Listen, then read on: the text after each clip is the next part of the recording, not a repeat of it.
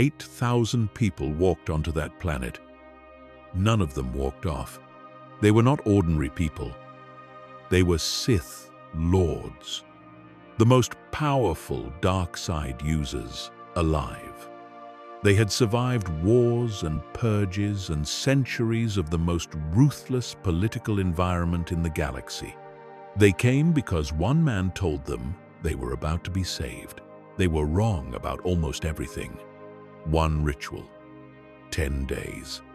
And when it ended, there was nothing left alive on the entire planet. Not a person, not an animal, not a blade of grass, not a single organism in the soil. The Force itself was ripped from the world, completely and permanently, and it never came back. He did not do this because he was at war. He did not do this in desperation or fear. He did it because he needed the power, and 8,000 lives was simply the cost he decided to pay for it. His name was Tenebrae. The galaxy would come to know him as Vitiate, and consuming an entire planet was not the end of his story. It was the beginning. But to understand how a single being reaches the point where draining a world feels like a reasonable thing to do, you have to go back further, all the way back to the world itself, before it was dead, before it was his. Back to a 6-year-old child who had just killed his stepfather with a thought and felt nothing in the aftermath but hunger for more. This is that story.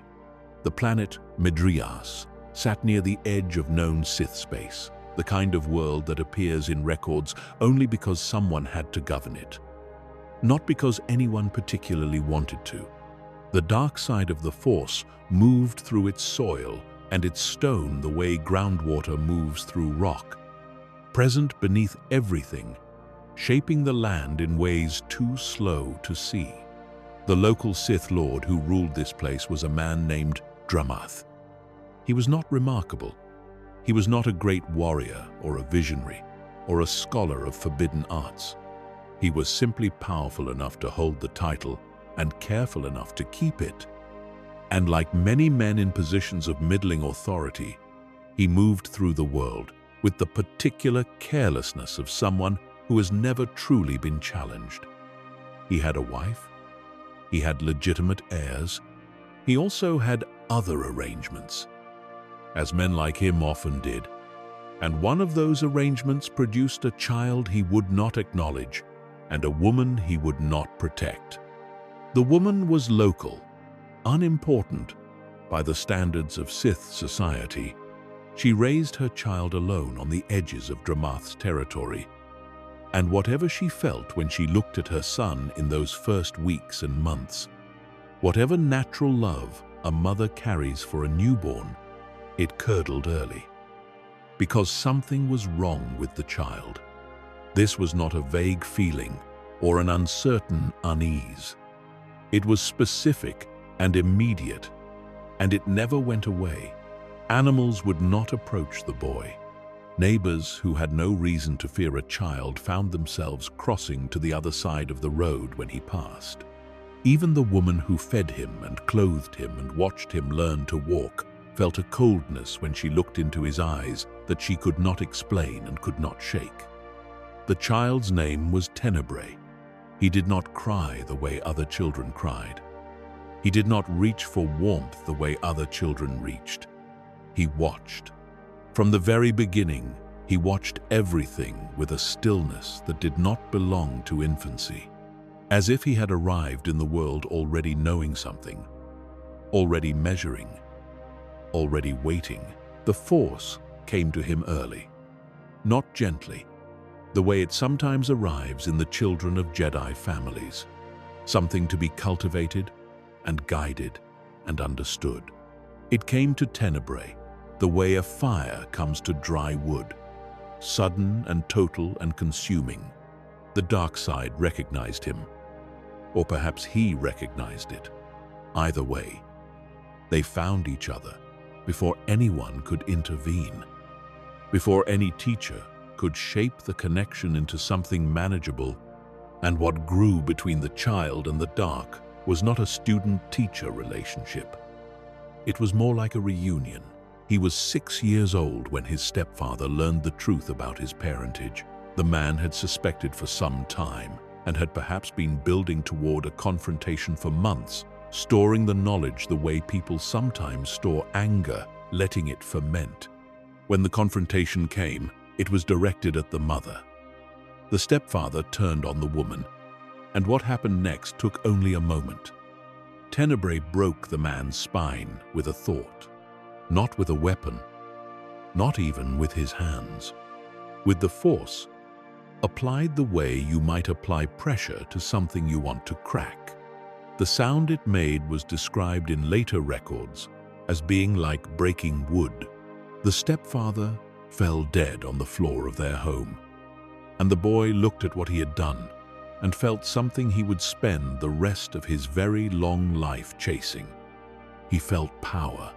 He felt the dark side flowing through him in response to violence.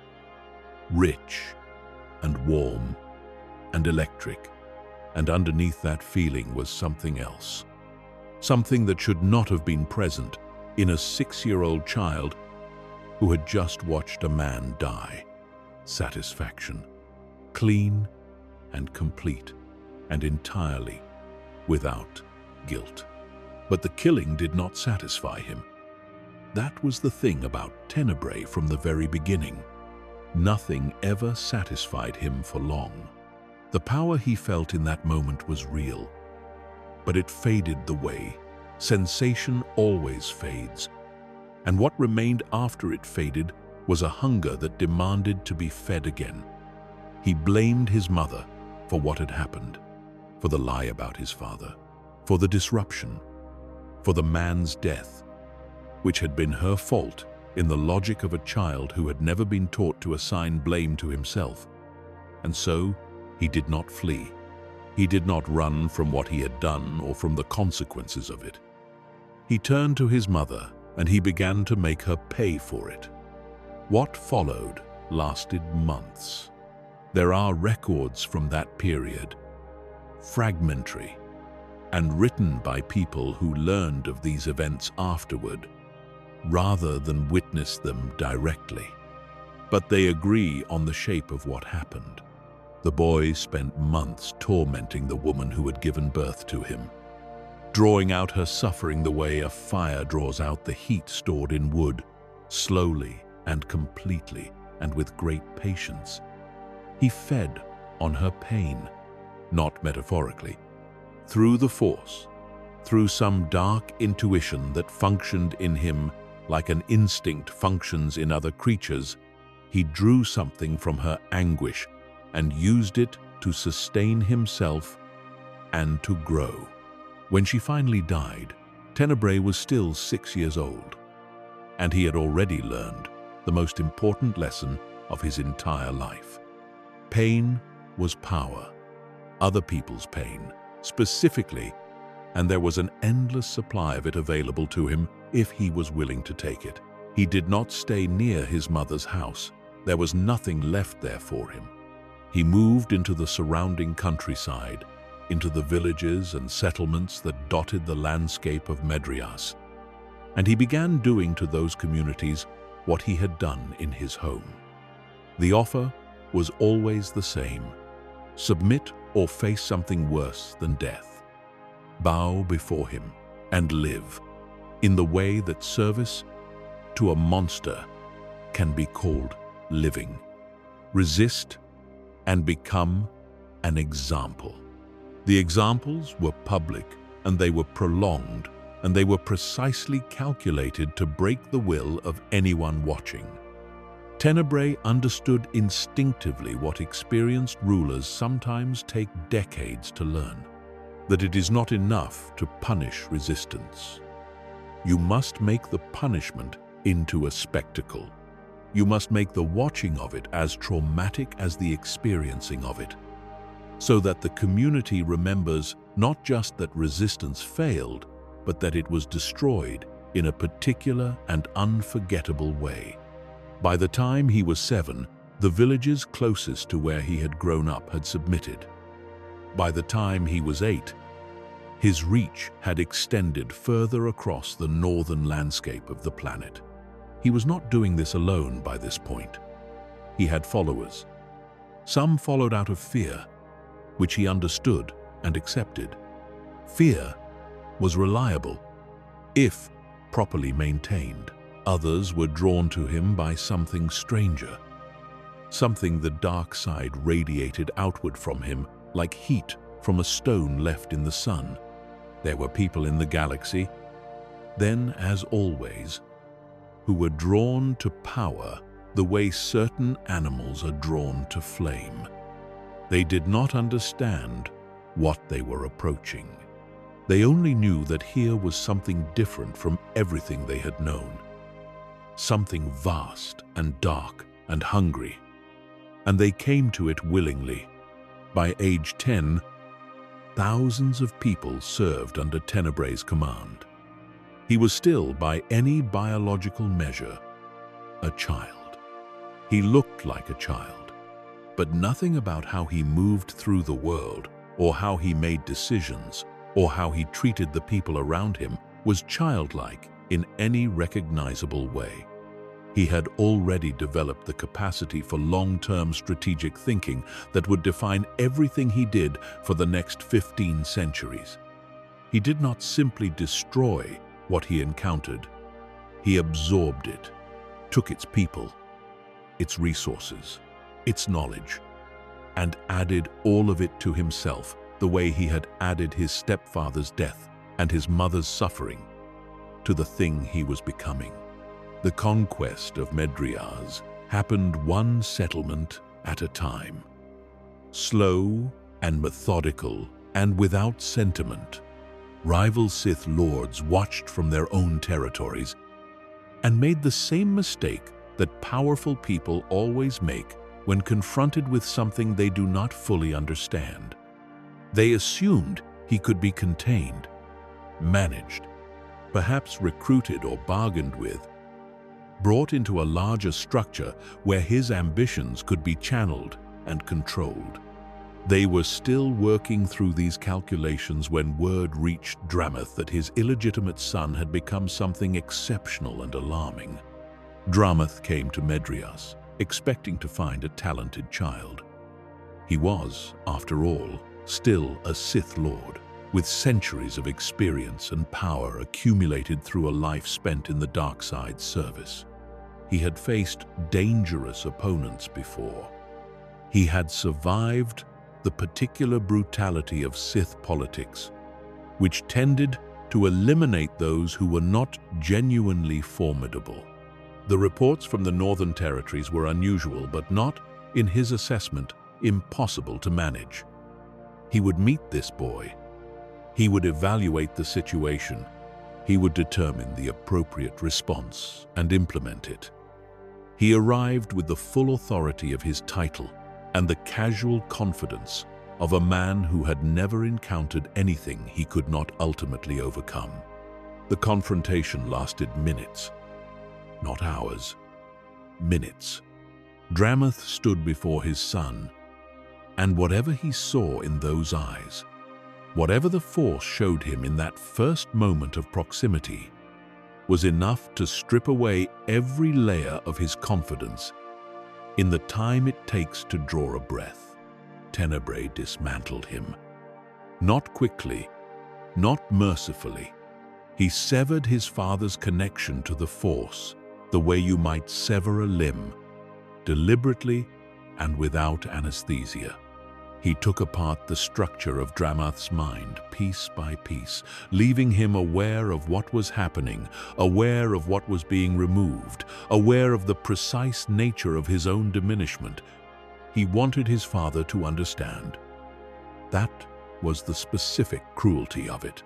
He wanted the man who had not acknowledged him, who had not known him, who had moved through the world without a thought for the child he had produced and abandoned, to understand exactly who held the power in this particular moment.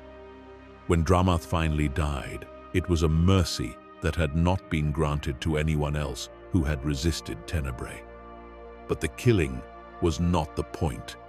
The point was the understanding that came before it. Dramath's legitimate son, the half-brother who stood to inherit whatever remained of his father's domain, made a decision that saved his life. He looked at what his half-sibling had become, and he fled the planet entirely. He did not attempt to fight. He did not attempt to negotiate or reason or appeal to whatever kinship might theoretically exist between them. He simply left. And in doing so, became the only person who ever correctly assessed Tenebrae's nature on first encounter, and responded with appropriate judgment. By age 13, Tenebrae ruled all of Medrias. Every other Sith Lord who had held territory on the planet was dead or displaced. Every village and city and settlement answered to him.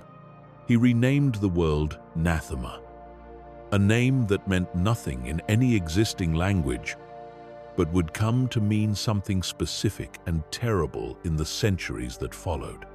And he looked at everything he had built and everything he had consumed, and he understood that this was not the end of anything. It was a practice run.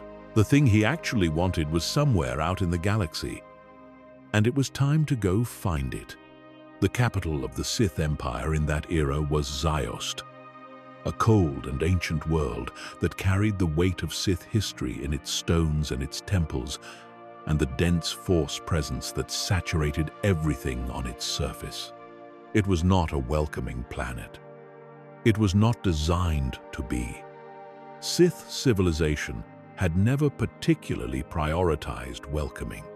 It prioritized power and the display of power and the constant awareness of hierarchy that kept Sith society functioning in its particular brutal way. Tenebrae traveled to Ziost at the age of 13 and presented himself before the most powerful being in the Sith Empire. The Dark Lord Marka Ragnos had ruled the Sith for over a century by this point, which was itself a testament to something extraordinary. Sith rulers did not typically survive a century of rule. The nature of the society they led was not conducive to long tenures. Ambitious subordinates were always maneuvering, always looking for the angle, always measuring the gap between their current position and the one above it. That Ragnos had maintained his dominance for so long spoke to an intelligence and a capacity for manipulation that set him apart from the warriors who had preceded him. He had learned to pit rivals against one another before they could unite against him. He rewarded the useful and destroyed the dangerous, and maintained such perfect awareness of the power dynamics below him that no coalition ever grew large enough to threaten his position before he had already broken it apart. A 13-year-old walking into his court to make a claim on his attention should have been an absurdity, should have been something that the guards at the outer gate simply redirected without Ragnos ever needing to hear about it. But Tenebrae radiated something that could not be ignored or turned away at the gate. Some quality of the dark side that stopped people cold and made them uncertain in a way they could not explain. He moved through the court of Ragnos, and the court parted for him. Not out of respect, out of something older and less rational than respect. Out of the thing that lives underneath all the layers of civilization and culture and social order. The ancient animal understanding that something very powerful is nearby, and the wisest response is stillness. Ragnos received him. And what the Dark Lord sensed in this teenager was unlike anything he had encountered in over a century of experience with Sith Lords of every rank and origin. The dark side energy radiating from Tenebrae was not simply strong. It was different in kind from what Ragnos was accustomed to.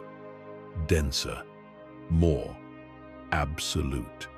As if the connection between this boy and the dark side was not a connection at all, but something closer to identity.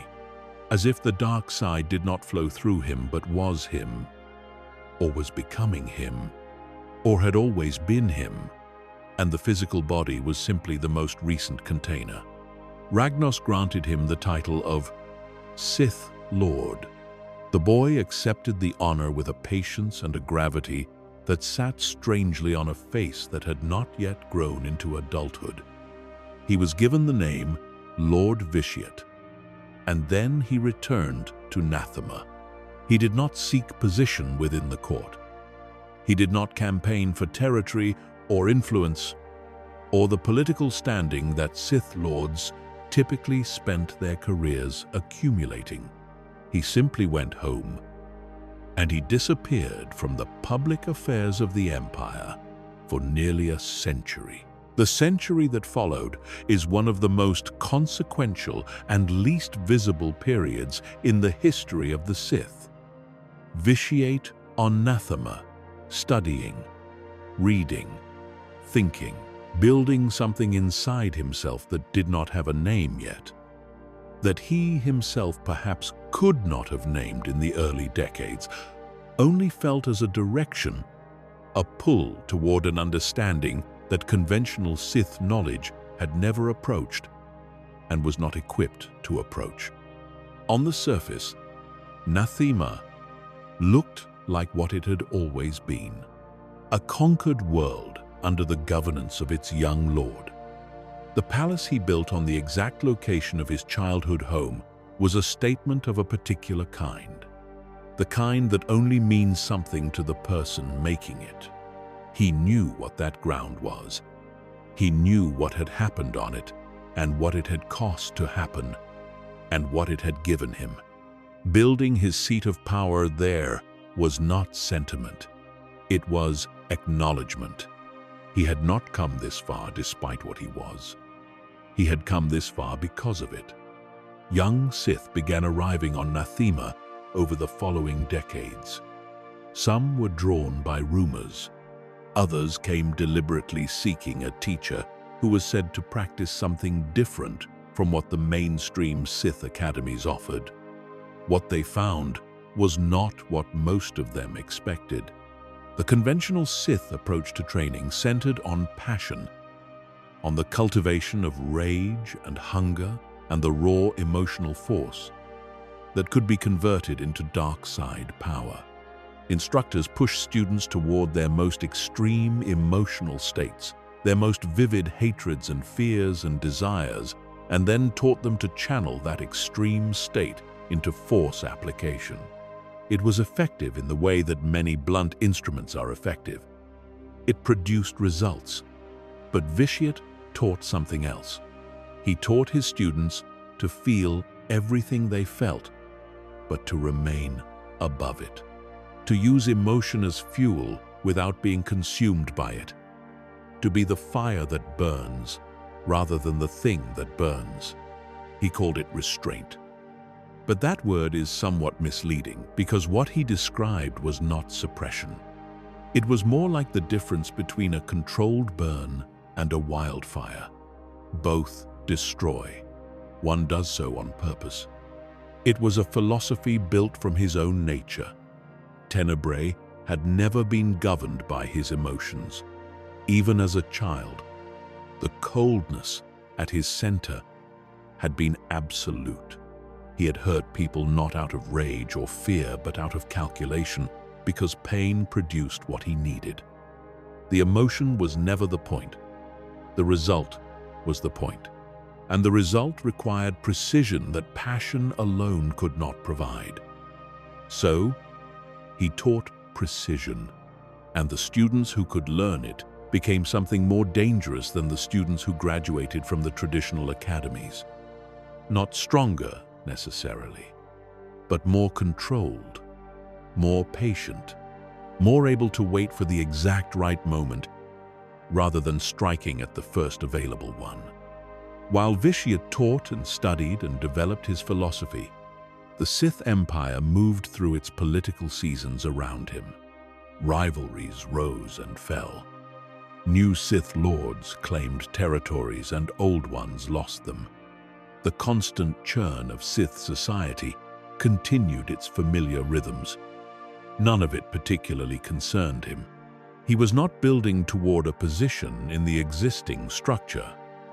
He was building towards something the existing structure could not accommodate. The hyperspace war came like a storm that had been building for decades over the horizon. Two Sith lords, Naga Sadow and Ludo Kresh, had been competing for dominance since the death of Marka Ragnos, each believing himself the rightful heir to the Dark Lord's throne. When explorers from the Galactic Republic stumbled accidentally into Sith space, the resulting crisis became the fulcrum on which both Sith lords tried to lever themselves into power. Sadow wanted to use the contact as a pretext for invasion, arguing that the Republic was weaker than it appeared, and that bold action now would win the Empire everything it had ever wanted. Kresh counseled caution and isolation, fearing the Republic was more formidable than its explorers suggested, and that war would end in disaster. They were both, in their different ways, oriented toward the same question. What should the Sith Empire do? Vitiate asked a different question entirely. What did the Sith Empire's decision have to do with him? The answer was nothing.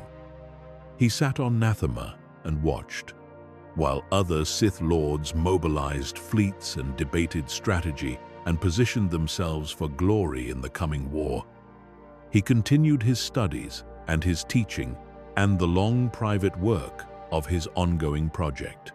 His contemporaries called him a coward. The records from that period that survived into later eras contain references to Vitiate's absence from the war effort, some dismissive and some openly contemptuous. Here was a Sith Lord of considerable reputation who refused to fight when his empire needed him. The word most frequently applied was exactly that: coward. They were wrong about the motivation, right about the fact. He was not participating, but his reasons had nothing to do with fear. Vitiate had understood something about the hyperspace war that the Sith Lords who were fighting it had not. He understood that it was not winnable. Not in the long run. The Republic was vast, and the Jedi Order was formidable, and the Sith Empire, for all its genuine power, was overextended and internally fractious in ways that would tell against it in a prolonged conflict. Sadow's boldness was going to be the Empire's undoing.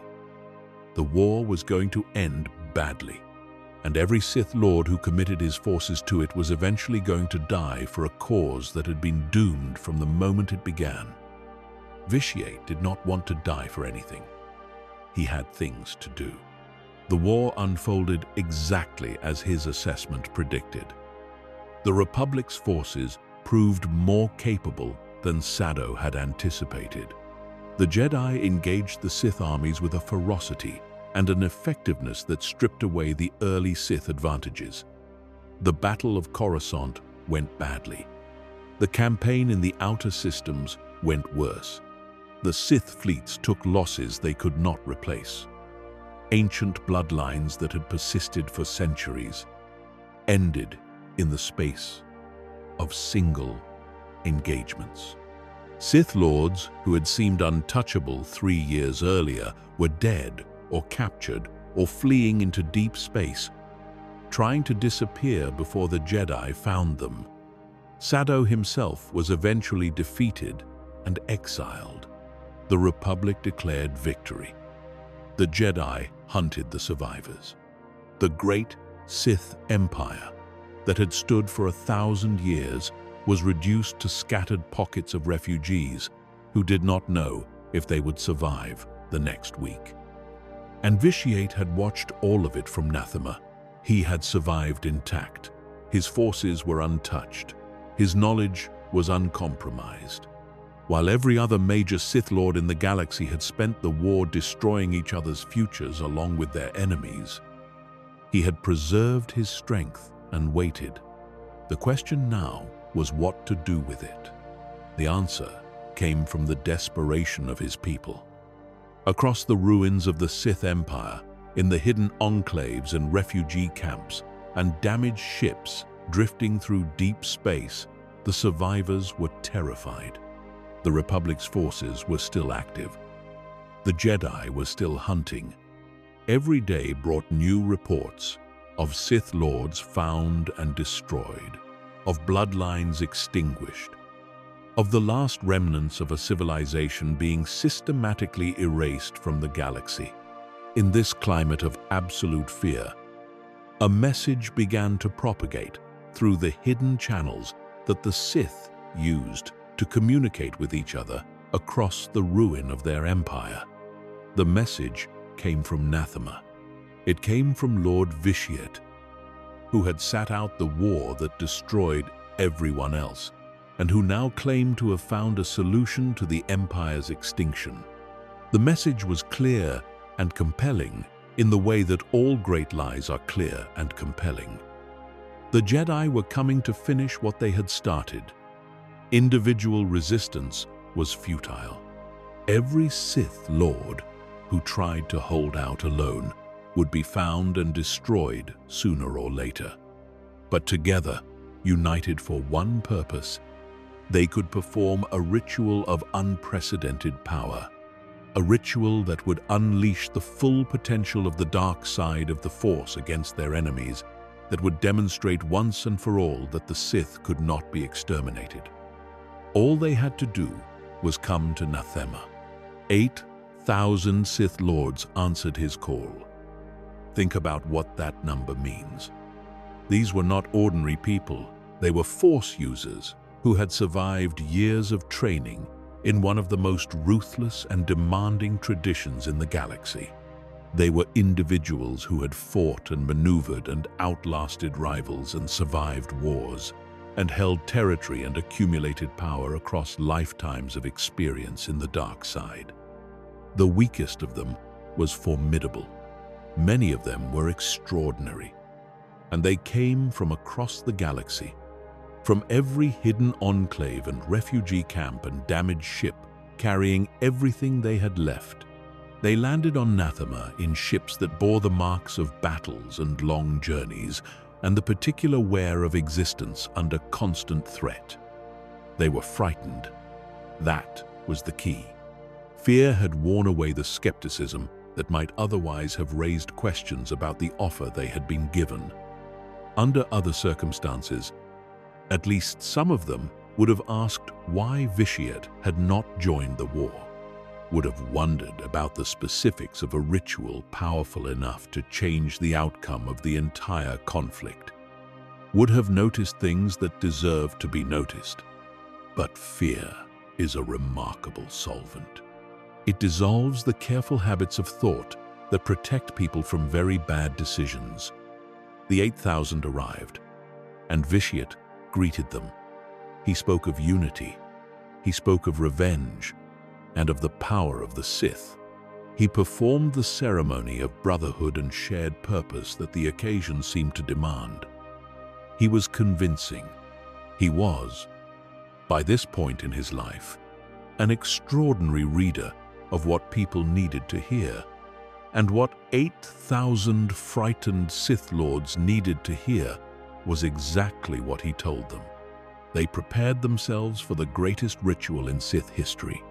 They opened themselves to the dark side, as they had been instructed to, making themselves as receptive as possible to whatever was going to happen next. And then, what was going to happen next began. The ritual started at dawn, on a day that does not survive in most records by name. What survives is the shape of what happened. What survives is the duration and the silence that followed. Vitiate dropped everything he had been projecting. The brotherhood, the solidarity, the shared purpose. He dropped it the way you drop a piece of clothing you no longer need, casually and without sentiment. And what 8,000 Sith Lords saw in the moment before the ritual consumed them was what he actually was. Not a colleague, not a savior, not a leader who had preserved his strength to share it with them. They saw a predator who had invited his prey to gather in one convenient location. The force poured from him in a wave that had no precedent in recorded history. Not because no one had ever wielded that much power, though that was also true, but because the power he wielded was not simply his own. It was something he had spent a century understanding and preparing for, the specific dark side application of consuming rather than destroying, of taking not just life but the force connection that made life meaningful, of draining a being down to the level where nothing remained, and then continuing to drain. 8,000 individual wills shattered simultaneously under the assault. Not one at a time, all at once. The mental architecture required to contain and direct power of this magnitude was something Vitiate had been building for 100 years, and it held. 8,000 Sith Lords became unwilling participants in their own end.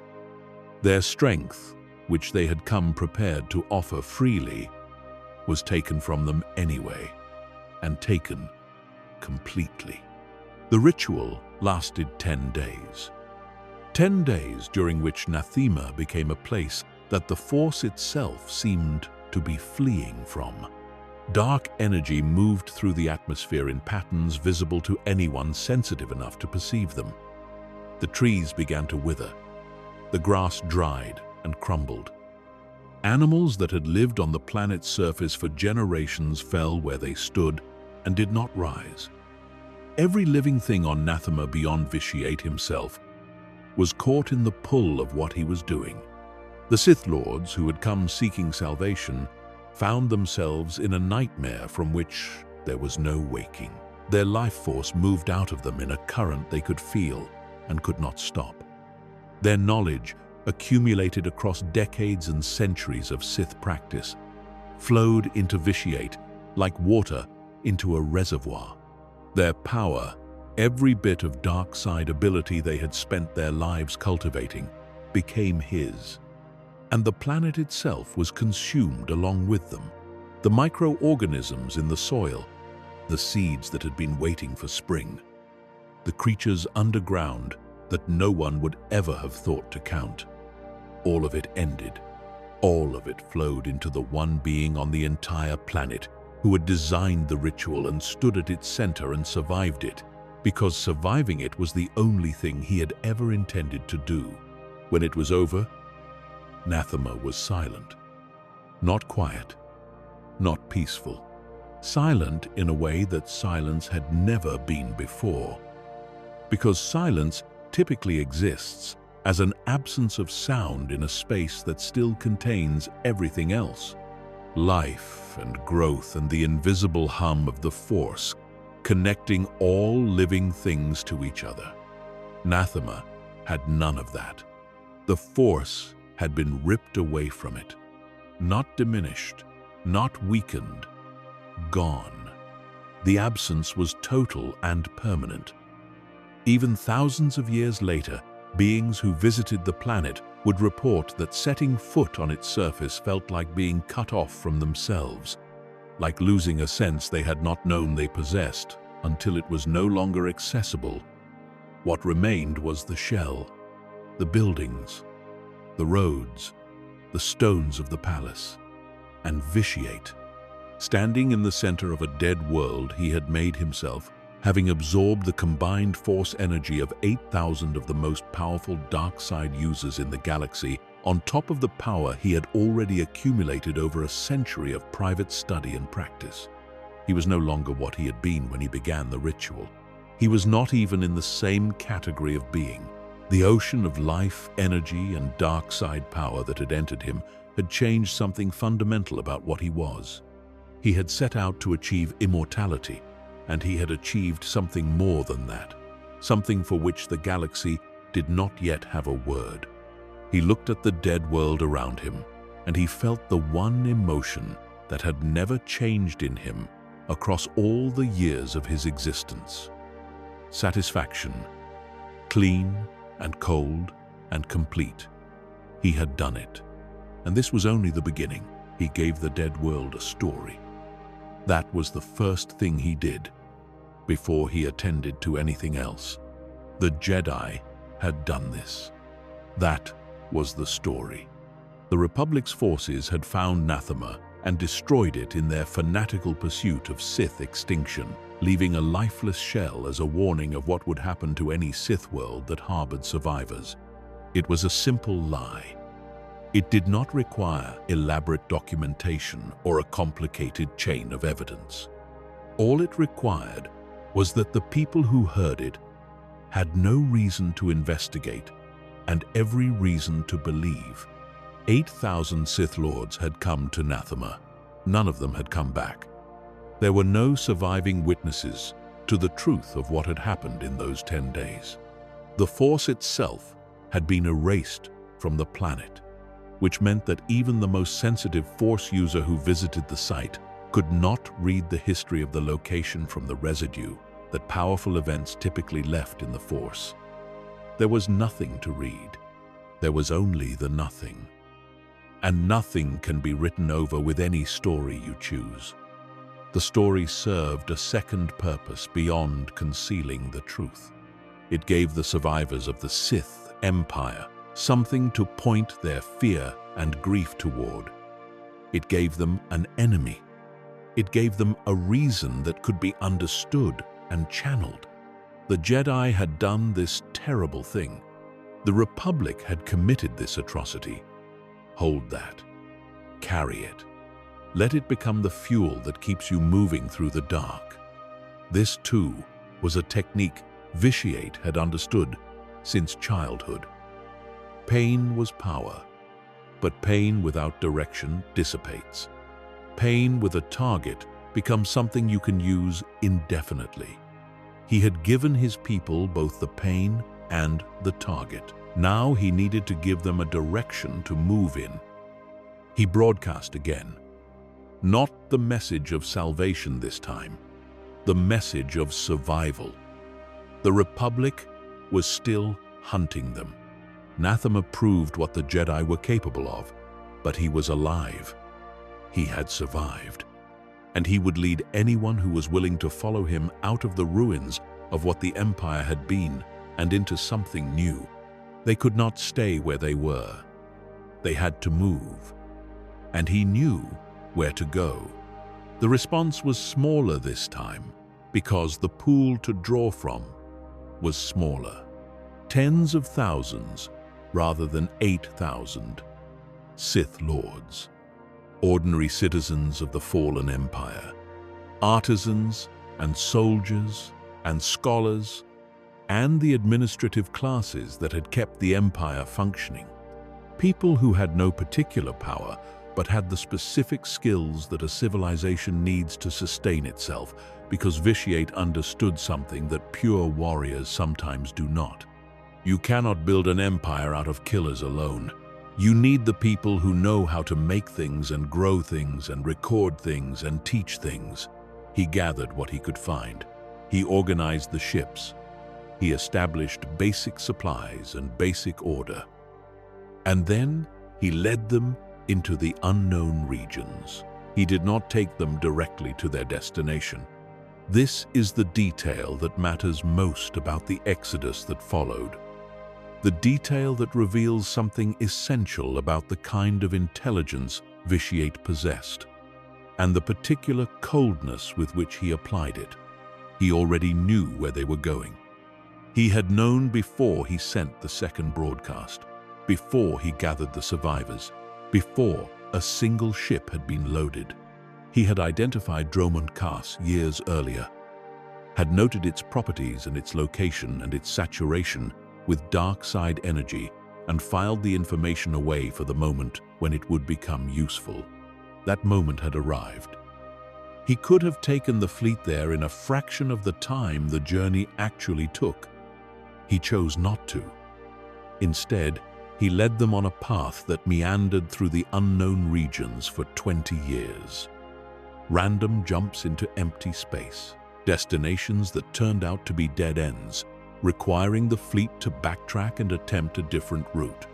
Long periods of drift in the darkness between stars while supplies ran low and morale grew brittle, and the people in those ships looked at the man who had promised to lead them to safety and tried to hold on to the belief that he knew what he was doing. He was doing exactly what he intended to do.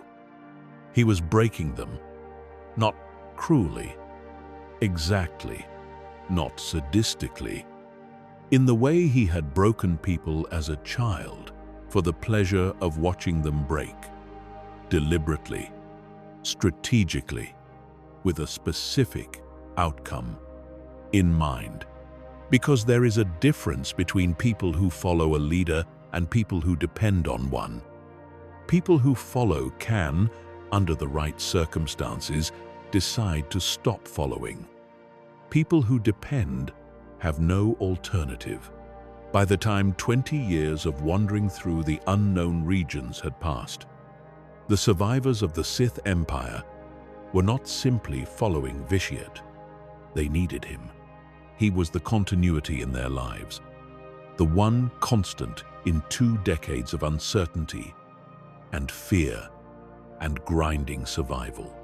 Every difficult period they had been endured with him at the head of the fleet. Every time it seemed like the darkness might win, he had found the next step forward. They had long since stopped thinking of him as a Sith Lord in any conventional sense. He was something more than that, something the language they had inherited from Sith tradition did not quite have a word for. When Dromund Kaas finally appeared on their navigational screens, when the fleet broke out of hyperspace and saw its dark mass against the stars, its surface hidden under perpetual storm systems, its atmosphere dense with the kind of force presence that any sensitive being could feel from orbit, the exhausted survivors felt something that 20 years of careful cultivation had produced in them. They did not merely feel relief. They felt gratitude so profound, it had begun to blur at the edges into reverence. He had brought them here. He had known all along. He had kept them alive through the impossible and delivered them to this place. And whatever they owed him was a debt they could not calculate because it was not denominated in any currency they had a word for. The planet accepted them the way a place saturated with dark side energy accepts those who carry darkness with them. The jungles were dense and hostile and alive, with the particular aggressive vitality of ecosystems that have evolved in the presence of the dark side. The storms that wrapped the planet were constant and violent, but it was theirs. It was safe in the most fundamental sense, hidden in the unknown regions far beyond the reach of the Republic's forces, invisible on any chart the Jedi possessed. They had made it. Vitiate walked among them in those early days, visible and present, speaking the language of shared survival and future strength. Kaas City began to rise from the jungle, structures carved from the rock of the planet, shaped by the combined labor of people who had nothing left to build with but their own hands and whatever they had managed to carry through 2 decades of wandering. Dark side temples rose alongside administrative buildings, training facilities alongside markets, the bones of a civilization reassembled on a new world. And Vitiate walked among them and gave direction and took note of what he saw. He was learning his people in the way you learn a territory you intend to govern for a very long time, noting the patterns, identifying the capable, seeing where the stress lines were and how they might be managed. After that, he began to withdraw. The withdrawal was so gradual that it is not clear when anyone first noticed it. In the early years on Dromund Kaas, he appeared regularly, then regularly became frequently, and frequently became occasionally, and occasionally became rarely, and rarely became almost never. Official communications replaced personal appearances. When decisions needed to be made, they were made through channels rather than by the emperor himself stepping forward and speaking. The Dark Council was his first major institutional innovation, and it was brilliant in the particular way that all of his best ideas were brilliant, in that it served him completely while appearing to serve everyone. 12 Sith Lords, selected for their capabilities and elevated to a governing body that administered the day-to-day operations of the Empire. They were not partners, they were managers. They handled the logistics and the politics and the administrative machinery that kept a civilization running, which meant that Vitiate was never required to spend his attention on any of it. His attention was elsewhere. What occupied him, in his increasingly hidden existence, was the continuation of the project that had consumed his life since before Nathema. He had achieved immortality of a kind. His body, sustained by the power he had absorbed from the ritual, did not age in any meaningful way.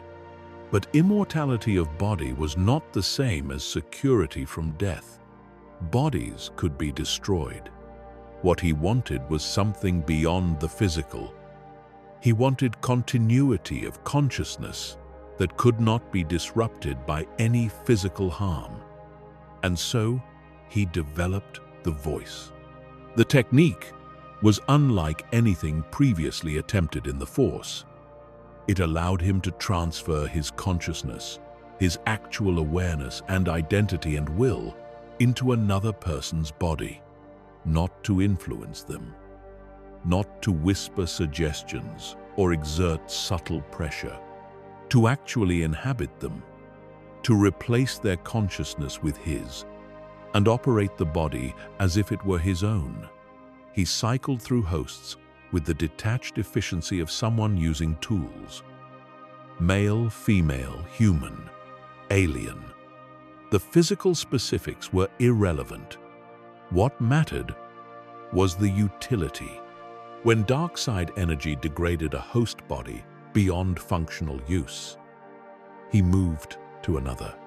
The original body, his actual physical form, remained on Dromund Kaas under conditions of security so total that the vast majority of people in his empire did not even know it existed. As far as the empire was concerned, the emperor was whoever the emperor's voice was inhabiting. This gave him security of a kind that no other ruler in history had possessed. You cannot kill an emperor whose real body no one can find. The voice could be killed. The voice had been killed on more than one occasion, and it did not matter. He simply moved. He went further than the voice. He created what he called his hands, a small group of agents carefully selected and bound to him through techniques that went beyond conventional force manipulation, who carried out specific missions in his name. They were not visible to the empire at large. They operated in shadows, moving through the galaxy on errands that served the emperor's long-term interests, without anyone outside that small circle being aware of them. They were given extended lifespans, enhanced capabilities, complete access to the emperor's resources and authority within their specific domains. In exchange, they gave absolute loyalty, not because they had chosen to, but because he had made loyalty the only option available to them. And then he created the children. These were his deepest and most disturbing innovation, and the one that most clearly reveals the scale of the thinking he was operating on. The children of the Emperor were ordinary people, citizens of the Republic and of the Sith Empire both, who had no idea what they were. They had been identified by the Emperor's agents as individuals with Force sensitivity. and they had been subjected to a conditioning process so subtle and so thorough that it left no detectable trace. They lived their lives. They had families and jobs and relationships and all the ordinary texture of existence. And in the back of each of their minds, dormant and invisible, was a connection to the Emperor, a channel through which he could, when he chose to, see what they saw and hear what they heard. And finally, if circumstances required it, reach through the connection and take control of them entirely. They were sleeper agents who did not know they were agents. Spies who reported to him without knowing they were reporting. Eyes and ears distributed across the galaxy in bodies that no one would ever think to suspect. He had taken the lesson of anathema, the lesson of what you can accomplish when you gather power from multiple sources simultaneously, and extended it into an architecture of information and control that spanned decades and star systems. He was not running an empire. He was running something closer to a nervous system, and he was the brain at its center, hidden and patient and aware of everything, waiting for the moment when everything he had built would finally serve the purpose he had always intended for it. What that purpose was, most of his empire did not know.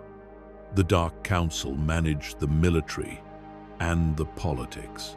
The hands carried out specific operations. The children watched and waited in their unwitting posts across the galaxy.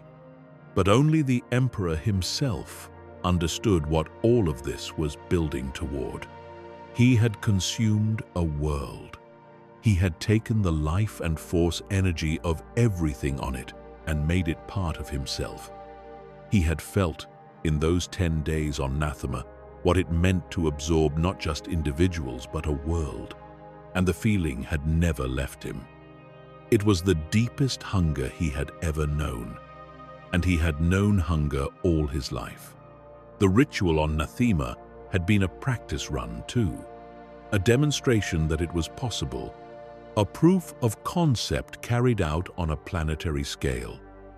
What he wanted to do next was the same thing, the same process, the same consumption of life and force energy, and the conversion of all of it into something he could use and keep, except not a planet, the galaxy, all of it, every living thing in it, every person and animal and organism sensitive to the force, every connection in the vast web that bound all life to all other life. He wanted to drain it the way he had drained Nathema, and he wanted to emerge from that ritual as the only remaining consciousness in existence, not a ruler of the galaxy, the only thing in it, a god, in a universe of his own making, composed entirely of the absorbed essences of every being that had ever lived. 3 centuries passed, 3 centuries of rebuilding and consolidation, and the slow, patient work of assembling the pieces that such a plan required. His empire grew stronger behind its veil of invisibility in the unknown regions. The Republic, unaware that any of this existed, continued its own cycles of politics and war and peace. The Jedi Order remained ignorant of the threat growing in the darkness beyond their perception, convinced by 1,000 years of quiet that the Sith had been extinguished. Vitiate waited. He was very good at waiting. He had spent a century studying before the ritual on Nathema. He had spent 20 years wandering the unknown regions to break his followers into devoted servants. He understood patience at a level that most beings could not access, because most beings had biological clocks ticking in the background, reminding them that time was limited and decisions needed to be made. He had no such clock. He had all the time that existed, and he was going to use it. The nature of his waiting was not passive. That distinction matters. Passive waiting is simply the absence of action. What Vitiate practiced across those 3 centuries was something more like the sustained tension in a bow drawn and held. Energy committed and directed, but not yet released. He was always working, always moving pieces. The Empire's military expanded steadily, its training programs producing generations of Sith warriors who knew nothing of the Emperor, except that he existed and his will was absolute. The fleet grew in the hidden shipyards above Dromund Kaas, and in the orbital facilities around a dozen other worlds the Empire had quietly absorbed into its territory. Weapon systems were developed and tested and refined. The infrastructure of war was built with a thoroughness that went beyond any conventional military planning, because conventional military planning is always calibrated toward a specific, foreseeable conflict with a specific, foreseeable enemy. This was not that. What Vitiate was building could not be calibrated toward a conventional enemy, because the enemy he ultimately intended to face was everyone. Every living thing in the galaxy, every being with a heartbeat and a force connection. The military he was building needed to be strong enough to hold the Republic at bay long enough for the real work to begin. Not to defeat the Republic entirely, just to occupy and exhaust it, while other preparations reached completion. This distinction between what appeared to be his goal and what actually was shaped every decision he made for centuries. The Empire believed it was building toward the reconquest of the galaxy. The Dark Council believed they were working toward a moment of triumph over the Republic, the restoration of Sith dominance that every Sith Lord in the Empire's history had dreamed of. Some of them would have fought him if they had understood the truth. He knew this. Darth Nihilus, one of the more perceptive members of the Dark Council, eventually did work out the truth, and exactly what happened to her illustrates the fate of anyone who understood Vitiate's real intentions clearly enough to oppose them. But that story belongs to a later chapter. For now, in those long, quiet centuries of preparation, the Empire's belief in a conventional goal served his purposes perfectly. People work harder for goals they believe in. They sacrifice more willingly. They tolerate the privations and the discipline and the structural brutality of a militarized society more readily when they understand that sacrifice is meaningful investment in a shared future. He gave them the story of revenge and restoration because it was the story that would make them build what he needed them to build. The truth would have made them burn the shipyards and storm the citadel. He was patient. He could wait for the truth to become irrelevant. What sustained him across those centuries, beyond ambition and beyond whatever biological drive toward continued existence, had been amplified beyond recognition by the anathema ritual, was something he had felt so rarely in his life that he scarcely recognized it when it surfaced. It was something close to curiosity. He was genuinely interested in the question his life had become, not in power exactly, though power was the instrument, not in the ritual that would consume the galaxy exactly, though that was the goal, but in the question behind the goal.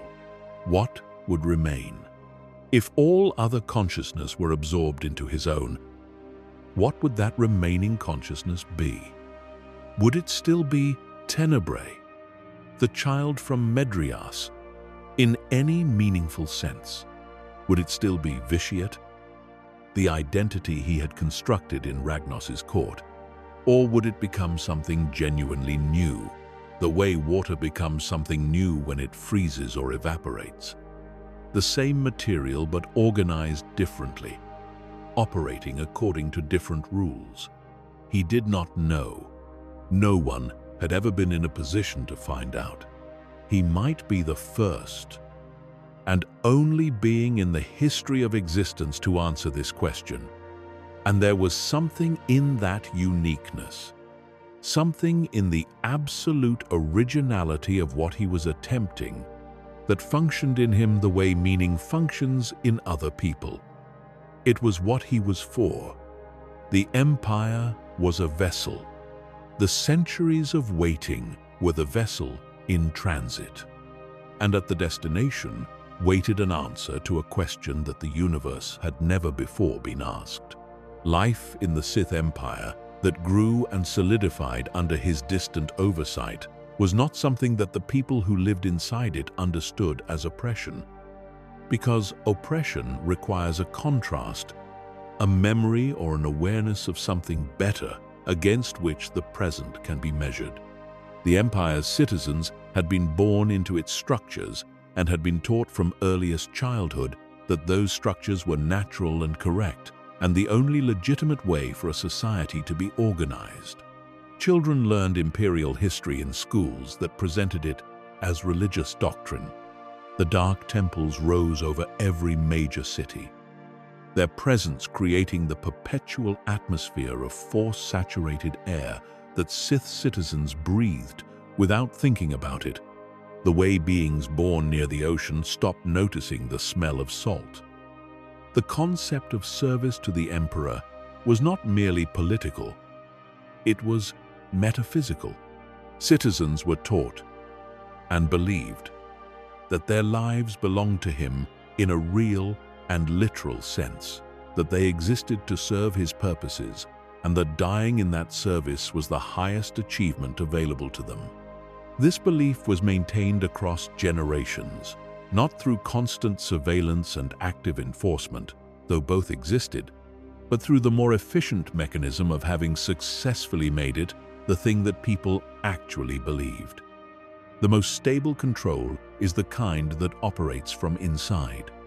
When the controlled do not experience their situation as control at all, but as truth, the energy required to maintain the system drops to almost nothing.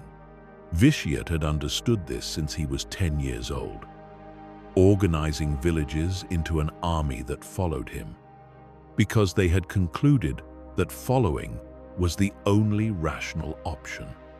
He had simply scaled the understanding up. The Mandalorian Wars did not begin the way wars usually begin. There was no declaration, no ultimatum, no gradual escalation of tensions between civilizations that had reasons to hate each other. There was a conversation. One conversation between one Sith agent carrying false visions and one warrior king hungry enough for glory that the vision was all the convincing he required. Mandalore the Ultimate was not a fool. He was a gifted leader and a formidable warrior who had earned his place at the head of all Mandalorian clans through precisely the qualities that made the Mandalorian so dangerous in the first place. But he had a weakness that most genuinely powerful people share, which is that his understanding of the world was calibrated to the threats and opportunities he could perceive. He was very good at assessing other warriors. He was very good at strategy and logistics and the practical machinery of military campaigns. What he could not perceive, because nothing in his experience had given him the tools to perceive it, was a being who had been alive for hundreds of years, who had spent those centuries studying manipulation at the level of an art form, and who had chosen him specifically because his particular ambitions made him the ideal instrument for a particular purpose. The agent who came to Mandalore carried the Emperor's authority and the Emperor's gift, which was the ability to show people exactly what they wanted to see. The vision he placed in Mandalore's mind was not random. It was constructed from the warrior's own deepest desires, rendered in the Force with a vividness that made it feel like prophecy. The Mandalorian marching across the galaxy. Cities bowing. The Republic's proud military broken before Mandalorian might. The image of a people who had been scraping by as mercenaries and hired swords, finally taking their rightful place as the dominant force in known space.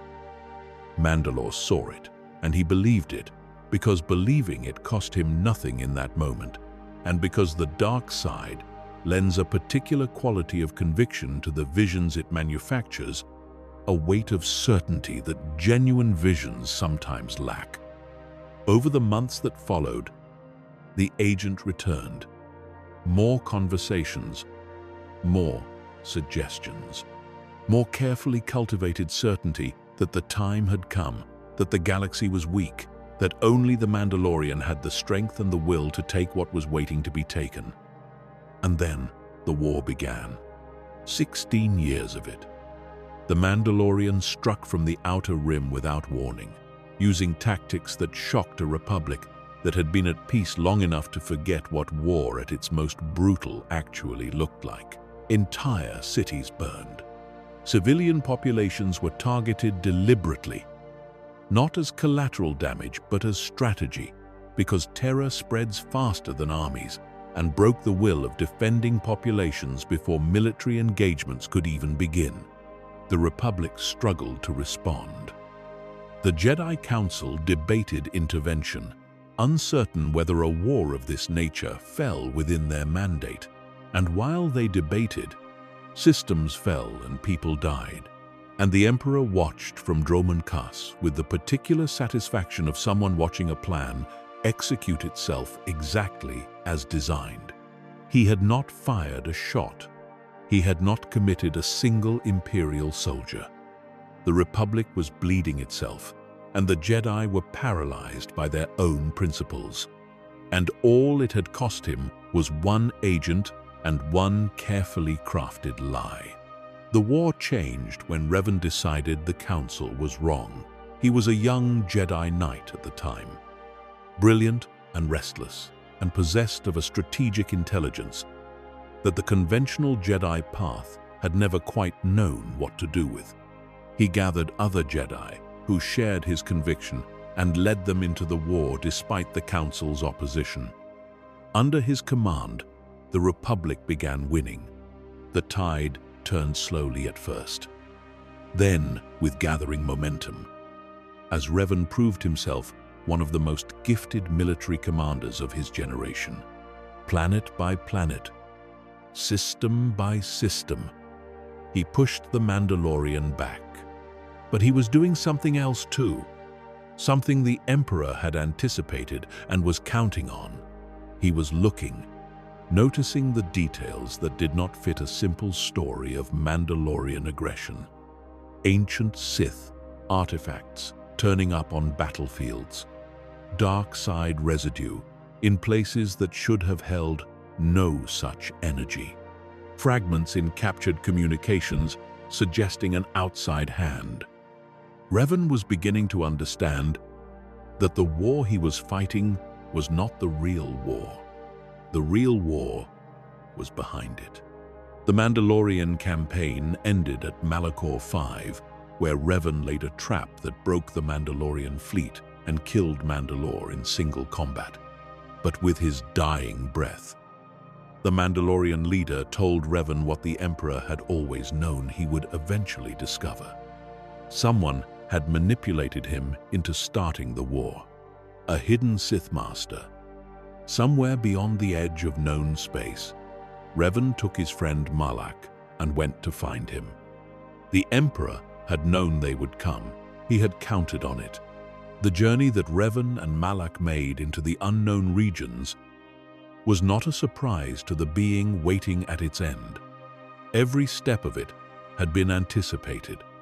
The datachron on Rekiad that pointed them toward Nathema, the dead planet itself which told them part of the story in the language of horror, its absolute lifelessness, a message that something of incomprehensible power had been here and had taken everything, The trail of breadcrumbs leading from Nathema to Dromund Kaas, laid by agents acting on instructions given centuries before the Mandalorian Wars began, because the Emperor had understood from the beginning that whatever Jedi eventually came looking for the truth would need to be led, not found.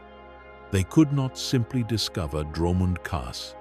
They had to be guided there by a path that gave them exactly enough information to feel confident and exactly not enough to feel afraid. Revan and Malak believed they were hunters closing in on prey. They were not. They were the prey, moving through a corridor designed specifically to deliver them to the hunter.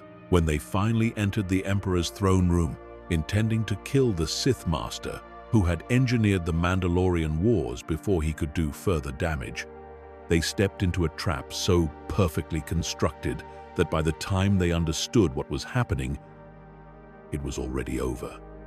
The Emperor did not fight them. He did not need to. He was beyond them in terms of raw force power, in ways that would have made a straightforward battle irrelevant. But he chose something more efficient than battle. He broke them. The mental assault that struck Revan and Malak in those first seconds was not violence so much as architecture. He did not destroy what they were. He took the structure of who they were and rebuilt it around new foundations. Their memories remained. Their skills and personalities and everything they had accumulated across their lives in the Jedi Order remained. Only the orientation changed. The direction their loyalty pointed. When they knelt before him, they believed, in the fullest sense that believing anything means, that this was their choice. He had not created slaves who knew they were enslaved. He had created servants who experienced their service as conviction. There is a difference, and it matters, because the first kind of servant requires constant maintenance, while the second kind maintains itself. He gave them a mission, the Star Forge, an ancient Rakatan shipyard capable of manufacturing fleets from pure dark side energy, which he wanted them to find and use to build the armada for his eventual invasion. They accepted and departed. And when they found the Star Forge, something happened that the Emperor had not quite accounted for. The dark side energy of the station interacted with Revan's exceptional will in ways that were difficult to predict. Fragments of who he had been before the corruption began surfacing. His original self, pressing through the overlay the Emperor had placed over it. He began to remember. Not everything. Not clearly, but enough. Enough to understand that his current allegiances were not his original ones. Enough to feel the wrongness of what he was doing, even if he could not yet name why it felt wrong. He shared this with Malak. Together, they broke free of the Emperor's control, but they had been changed too deeply to simply return to who they had been. The darkness the Emperor had planted in them had taken root, and while his specific domination had been severed, what grew in its place was their own ambition, which the dark side had been feeding. They declared their own Sith empire. They used the Star Forge to build fleets and launched their own invasion of the Republic. The Jedi Civil War that followed nearly destroyed the Order and came close to consuming the Republic entirely. Revan was eventually captured, his memory wiped, redeemed, and brought back as a weapon against Malak, whom he ultimately defeated before destroying the Star Forge. The Emperor watched all of it from Dromund Kaas, and he was not displeased. The Civil War had done exactly what the Mandalorian Wars had done before it, weakened his eventual target. His servants had gone off script, but the result had served his purposes anyway. He had, however, learned something important. Revan was too dangerous to leave free in the galaxy, and now that the Civil War was over, Revan was alive, and his memories were slowly, imperfectly returning. After the Jedi Civil War ended, Revan began to remember things he should not have been able to remember. The memory wipe the Jedi Council had performed was thorough, but not perfect, because no technique, however sophisticated, can entirely erase a mind as powerful as his without destroying the mind in the process. Fragments surfaced in dreams and in unguarded moments of meditation. A throne room on a dark planet, a presence of such magnitude that even the recovered memory of it carried a kind of residual cold, the certainty that something vast and patient was still out there, waiting, preparing for something that made everything else look small. Revan made a decision that the Jedi Council could not understand and did not support. He was going back to Sith space, not to surrender, not to investigate cautiously, to end it. He knew, in the way that people who have been very close to an enormous danger know things, that the Emperor was not a threat that could be managed or monitored or left for another generation. He had to be dealt with now by people who understood what he actually was. And there were very few such people in the galaxy. Revan was one of them. He gathered what resources he could and headed back into the unknown regions. He never made it to Dromund Kaas. What he encountered instead was a Dark Council member named Darth Nihilus, who had been quietly building something extraordinary inside the heart of the Sith Empire. Nihilus had done what almost no one in the Empire's history had managed to do. She had looked directly at the truth about the Emperor and survived it and started working against him. She had investigated Nathema, had found enough of the buried record of what happened there to understand that her master had consumed an entire world and intended to consume another. That everything the Empire had built, everything its citizens had sacrificed and suffered and believed in, was fuel. She had formed a conspiracy among members of the Dark Council, working with others who had glimpsed enough of the truth to be willing to take the risk. The problem was what to do about it. The Emperor was too powerful to face directly. Any assault on the Imperial Citadel without some significant advantage would be suicide. When Revan arrived in Sith space, he represented the advantage Nihilus had been looking for. A former Jedi of extraordinary power who had already experienced the Emperor's presence and survived it. She had him intercepted and captured before he could reach Dromund Kaas, installed in her stronghold, and began the work of extracting everything he knew about Republic defenses and Jedi capabilities. What she got was less than she expected. Revan was exceptionally resistant to torture. He did not beg. He did not bargain. He endured what was done to him with a patience that mirrored, in its own way, the patience of the being who was ultimately responsible for his situation. The man assigned to guard him was a Sith Lord named Scourge, who held the title of the Emperor's Wrath, the personal enforcer of the Imperial will. Scourge was loyal, ambitious, and intelligent, which in the Sith Empire typically meant dangerous to everyone around him. But watching Revan across months of captivity did something to Scourge's understanding of what he was actually serving. He had believed the Emperor was working towards Sith dominance, the reconquest of the Republic, the restoration of the Empire to its proper position.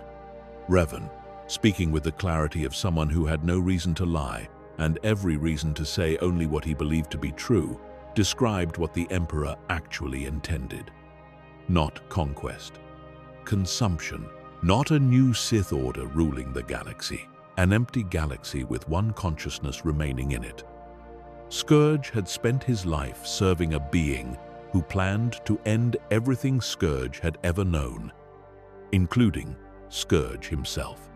This information settled into him slowly over weeks, and when it had finished settling, he was a different person than he had been before it arrived. Meanwhile, a ship from the Republic made its way into Sith space. On it was Mitra Surik, a Jedi who had served as Revan's general during the Mandalorian Wars and who had spent years in the unknown regions before returning to Republic space, only to follow Revan's trail when he disappeared. With her came T-3M4, the loyal droid who had served through more of this story than almost anyone else. Scourge contacted her. An arrangement was reached. The Emperor's own Wrath, his most trusted enforcer, agreed to help the enemy of the Empire free its most dangerous prisoner, because the Empire's most trusted enforcer had concluded that the Empire's master intended to destroy the Empire along with everything else. Revan was freed. An unlikely alliance of 2 Jedi and 1 Sith Lord moved through the Imperial Citadel toward the Emperor's throne room. They had one chance. The Emperor had recently massacred most of the Dark Council after Scourge fed him information about Nerys's conspiracy, carefully omitting his own involvement. In the chaos that followed the Purge, a window of opportunity existed. Not a large window, not a comfortable one, but possibly enough.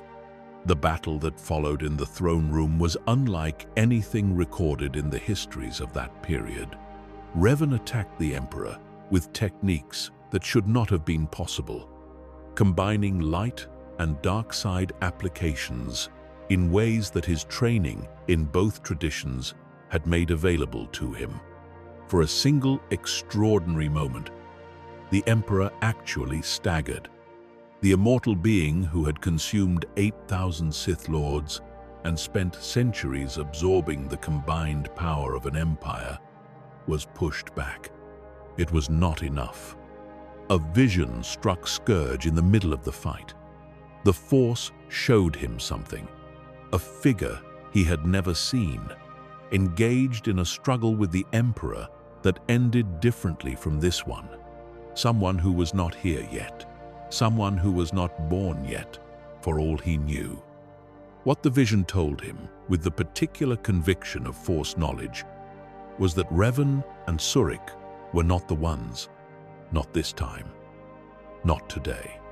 Scourge made a decision that he knew he would spend a very long time living with.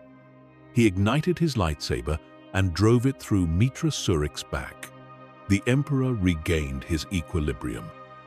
Revan, his ally dead and his momentum broken, was overcome and captured. Scourge presented himself to the Emperor as a loyal enforcer who had exposed and destroyed a conspiracy rather than participated in it. The Emperor accepted this. He granted Scourge immortality as a reward, a fragment of the power he had absorbed from Nathema, extended to a servant who had earned it. And Revan was taken to a cell somewhere in the depths of the Imperial Citadel, where he would remain for the next 300 years. What the Emperor intended to do with Revan across those 3 centuries was drain him, slowly and continuously, the way you might drain a reservoir that you want to empty completely, but need to keep accessible while you do it. Revan's power was immense, and power absorbed incrementally sustained the Emperor's own abilities in ways that were useful. But the draining was not the only purpose. The Emperor also kept Revan because Revan knew things. The structure of the Republic, the Jedi Order's methods and personnel and weaknesses, the political relationships and military dispositions of the civilization the Emperor intended to eventually swallow. Some of this information was current at the time of capture and became less useful with time, but some of it was timeless. the kind of deep structural knowledge about how institutions think and what assumptions they make and where their blind spots are that does not change much across centuries, only manifests in different, specific forms. Revan was a resource. That was how the Emperor thought about him. A living resource to be drawn from over time. What the Emperor did not know, across all 300 years, was what Revan was doing in return. A mind as powerful as Revan's, operating in a cell with nothing to do but think, across 300 years, does not simply wait. Revan had understood something about the situation that the Emperor had not accounted for. The link that allowed the Emperor to drain power from him also ran in the other direction. Not power, not force, energy in any form that could be used, but something subtler, an interference, a constant low-level disruption that Revan maintained in the connection between them, pressing back against the Emperor's preparations in ways so small and so consistent that across enough time they began to add up. He was slowing things down, not stopping, not reversing, just slowing. Every month the Emperor's preparations were delayed. Was another month the galaxy had to produce whatever would eventually be needed to face him. Revan did not know who that would be. He did not know what form the eventual confrontation would take. He only knew that he could not stop fighting, even in a cell, even in chains, even in the dark. Scourge, who had been granted immortality and the title of the Emperor's Wrath, walked the Imperial Citadel for 3 centuries as well, serving the master he had betrayed his allies to, carrying his vision, waiting for the person he had seen in it to appear, hating himself for what he had done to Mitra Surik, and telling himself that it had been necessary, and knowing somewhere beneath the telling that necessity and righteousness are not the same thing, and that he would have a very long time to understand the difference. 300 years after Revan was taken prisoner, the Emperor decided he was ready. The Sith Empire that had been building in the unknown regions had reached a military strength that he judged sufficient for the opening phase. Not the final phase, not the consumption of the galaxy. That required more preparation. But the opening, which was to say the emergence, the announcement that the Sith were not extinct, that they had been rebuilding in the dark for 3 centuries, and that the Republic was now facing an enemy it did not know existed, and was completely unprepared to fight. The Great Galactic War began when the Sith Empire came out of the unknown regions and hit the Republic across dozens of systems simultaneously. The scale of it was staggering. The Republic had grown accustomed to peace and to the assumption that the Sith were a historical footnote. What emerged from the darkness was not a footnote. It was an empire that had been militarizing for centuries, commanded by officers trained from birth for this specific campaign, equipped with technology and force traditions that the Republic's defenders had never encountered. System after system fell in those early years. The Jedi Order scrambled to respond, fielding warriors who were skilled and courageous and consistently outmatched by an enemy that had spent 300 years specifically preparing to fight them. The low point came when Imperial forces reached Coruscant itself, the Republic's capital, the symbolic heart of everything it had built. The Sith walked into Coruscant. They sacked the Jedi Temple. They killed members of the Order in the very halls where those members had been trained. They made it unmistakably clear that nowhere was safe, and nothing was sacred, and the Republic's long peace had left it vulnerable in ways that could not be quickly corrected. Peace terms followed. The Treaty of Coruscant, negotiated under conditions that favored the Empire entirely, established a Cold War that both sides understood was not permanent. The Republic and the Sith Empire glared at each other across a temporary boundary, rebuilding and arming and waiting for the war to resume. The Emperor watched all of this from behind his veil of absence. The Dark Council managed the war and the negotiations. His voice appeared when imperial authority needed to be demonstrated, but his attention was elsewhere, moving through the longer calculation that the war was only a component of. He needed the Republic weakened, but not destroyed. He needed the Jedi diminished, but not extinct. He needed the galaxy to be in a particular condition when the final ritual began, a condition of exhaustion and fear, and the particular despair that settles into civilizations that have been fighting for too long and are beginning to doubt whether they can ever stop. He was preparing the soil. Everything the Republic and the Empire were doing to each other in these decades of Cold War conflict was preparation for the moment when the ritual would begin, and all of it, all the suffering and all the death and all the painstaking reconstruction of shattered institutions, would be consumed along with everything else. There were those within his own empire who sensed that something was wrong. Darth Nihilus and her conspiracy had been the most organized expression of this unease, and he had destroyed them.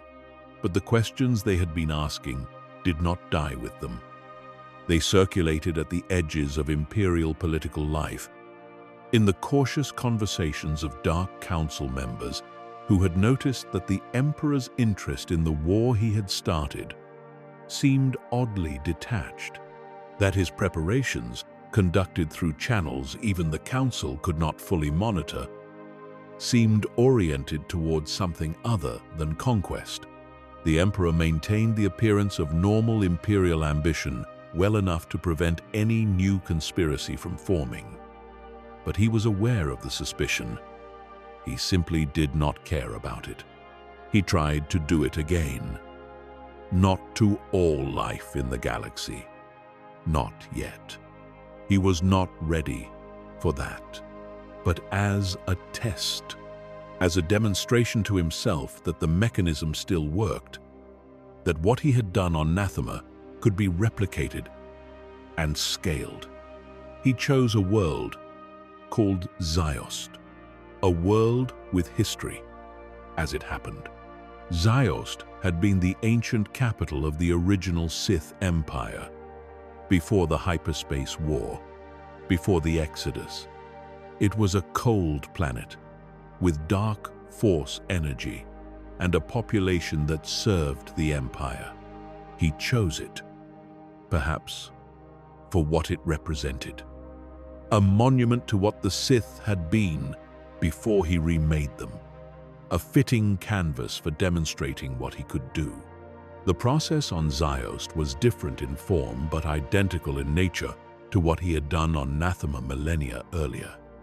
He reached through the Force in ways that broke the minds of the population first, turning them against each other in episodes of mass violence that defenders from both the Republic and the Empire witnessed in horror and could not stop.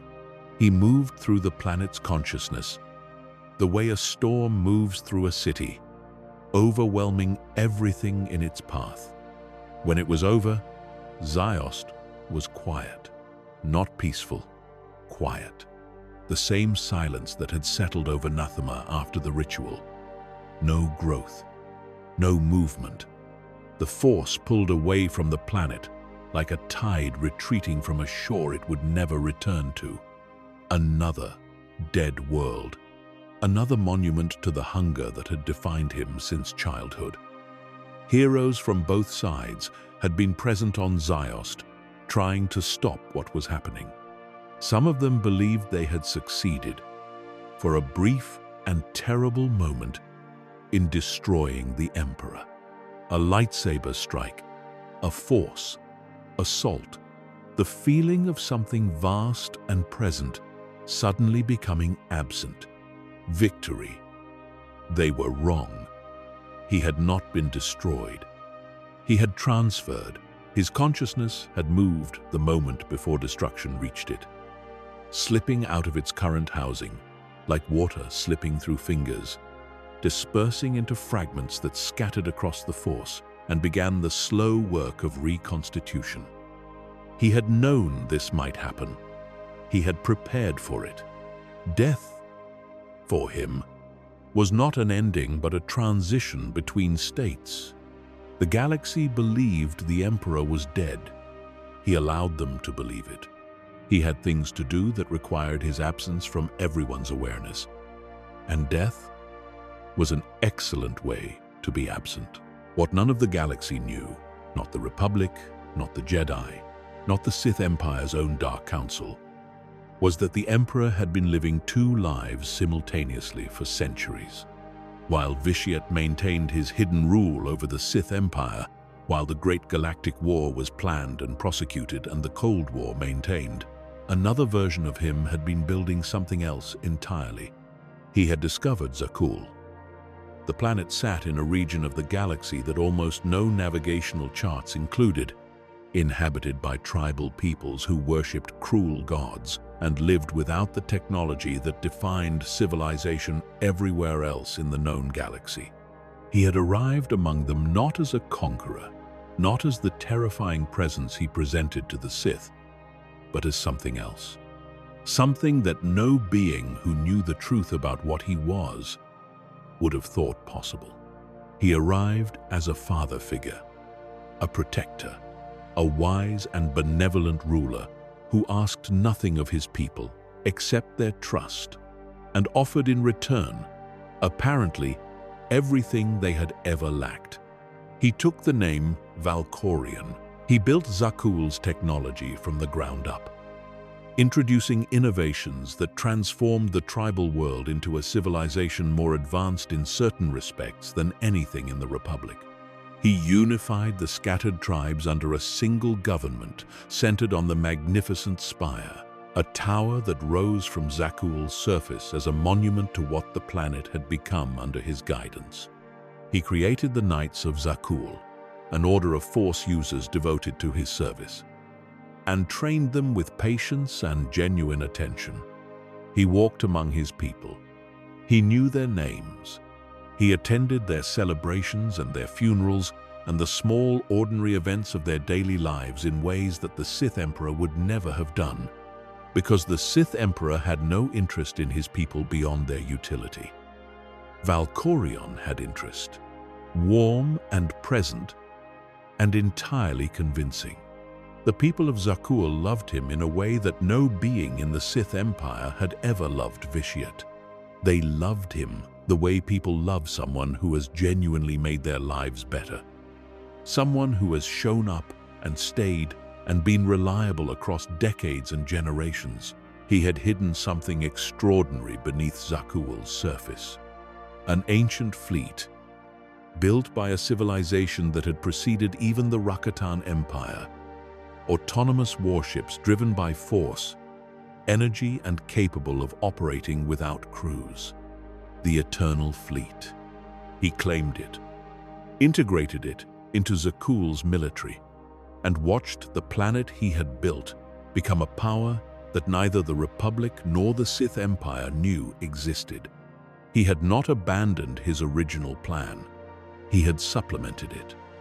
If the Sith Empire failed in some way he had not anticipated, if the ritual he was building toward was disrupted before it could be completed, Zakuul was his contingency, another civilization to draw from, another set of resources to deploy, another identity he could inhabit if the others became untenable. He maintained the dual existence for centuries, moving between the two personas with a fluency that was itself remarkable. Because Vitiate and Valkorion were not simply different names. They were genuinely different presentations, different tones, different relationships to the people around them. The Sith Emperor was remote and terrible, and ruled through fear, so total it had become something closer to gravity, a fundamental force that shaped everything around it without needing to actively press. Valkorion was present and warm, and ruled through something that looked so much like love that even being who knew what he was would have struggled to identify the absence at its center. He had children on Zakuul, 3 of them, which was 3 more than any other version of him had ever produced. Because the other version of him had never seen utility in children beyond the utility they might provide as instruments. On Zakuul, children were part of the performance of Valkorion's warmth. They were living evidence of his investment in the civilization he had built. Arkan and Thexan were twins, sons who grew up in the long shadow of a father who embodied, publicly, everything a father is supposed to be, and who was, in the private reality of their daily experience, entirely absent. Not physically absent. Valkorion appeared at the appropriate occasions, said the appropriate things, conveyed the appropriate impressions of paternal engagement. But the warmth that the people of Zakuul felt from their emperor was not something his children felt from their father. They felt the absence at its center. Arkan felt it most acutely, because Arkan was the one who kept trying to close the gap. He and Thexan trained together, grew together, became 2 halves of the same warrior. They led a series of raids into deep space, hunting whatever challenges they could find, and they brought their victories back to their father like offerings. Valkorion received each offering with the exact expression of approval that the occasion demanded and gave them nothing underneath it. No genuine acknowledgement. No actual recognition of them as beings whose existence mattered to him beyond what they represented. Arkan's frustration built the way frustration builds in people who keep reaching for something and never quite touch it. It built and it hardened, and it became something else. Vaylin was different from her brothers in ways that went beyond personality. Her power in the Force was exceptional, in a way that unsettled even Valkorion. She was very young when he recognized that what she could do, if it developed without restraint, might become uncontrollable in ways that complicated his plans. He sent her to Nathema, his dead world, his monument to what he had once done. And there, on that planet where the Force did not exist, where everything alive had been consumed millennia earlier and nothing had grown back, he had her conditioned. A trigger phrase embedded in the architecture of her mind that could reach through to the neural pathway controlling her powers and suppress them when someone spoke the phrase. He built a leash into his own daughter and installed it in the place where the Force would not interfere with the installation and she would not have the resources to resist. She came back from Nathema different, quieter, and more dangerous, and with something in her eyes that had not been there before, something that understood it, had been hurt in a specific and deliberate way, and was holding the knowledge of that hurt in a place where it could be accessed when the time came. The moment that changed everything came when Arkan and Thexan returned from a mission and went to their father to show him what they had achieved. Arkan had been carrying the accumulated weight of a lifetime of insufficient acknowledgement, and something in that encounter finally broke the container. He attacked his father. What happened in those moments in the spire is recorded differently in different accounts, because the only beings who saw it were the ones directly involved, and each of them carried away a different understanding of what it meant. Thexan, trying to stop his brother, died in the chaos of the confrontation. Arkan lost an arm. Valkorion, wounded, survived. Arkan, looking at what he had done, at his dead twin and his wounded father and the throne room around him, made a choice that would determine the shape of everything that followed. He blamed the death of Thexan on someone else. A visitor to Zakuul, a powerful Force user from the wider galaxy whom Valkorion had been paying particular attention to. A figure known only as the Outlander, someone whose strength in the Force had drawn the Emperor's interest in the way that exceptional power always drew his interest. Arkan had the Outlander arrested, tried, and condemned for the assassination of Thexan. He had his father's apparently dying body brought before the court as evidence of the treachery, and then he took the Eternal Throne. Valkorion, however, did not die in the conventional sense. His consciousness, in the moment of his body's apparent death, slipped sideways into the mind of the Outlander. He hid there, invisible, a presence so subtle that even the Outlander did not initially perceive him. Arkan had the Outlander frozen in carbonite and displayed as a trophy, a public monument to the justice of his new reign. And the being who had shaped galactic history for 15 centuries waited in the dark of someone else's mind, patient as he had always been, for the moment when the game could resume. 5 years in carbonite, frozen time. No dreams, no awareness, no experience of the years passing in the world outside. The Outlander had been conscious, and then was not, and then, with the particular violence of a resurrection, was again.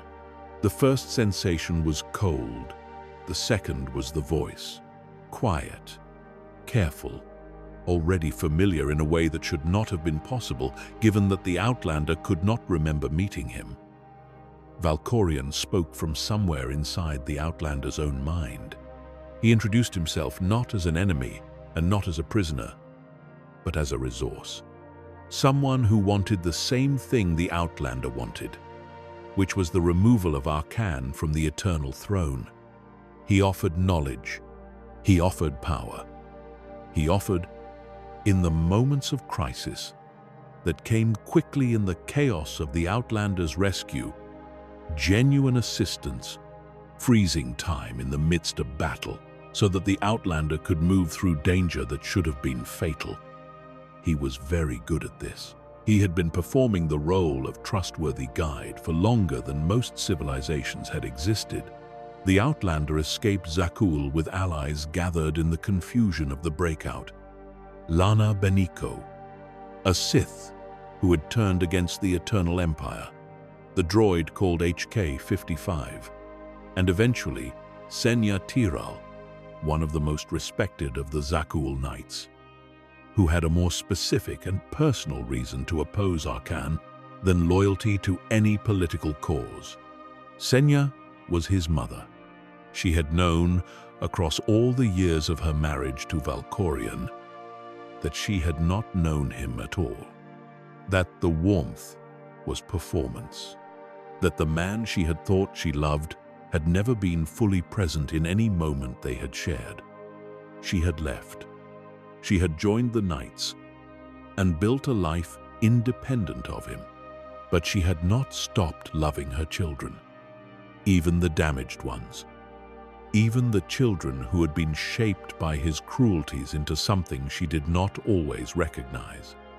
A base was established on Odessan, an alliance formed from Republic and Sith Empire forces united by the shared emergency of the Eternal Fleet, which under Arkan's rule had turned the galaxy into a tributary system, every civilization paying what he demanded, or watching him demonstrate his capacity for destruction.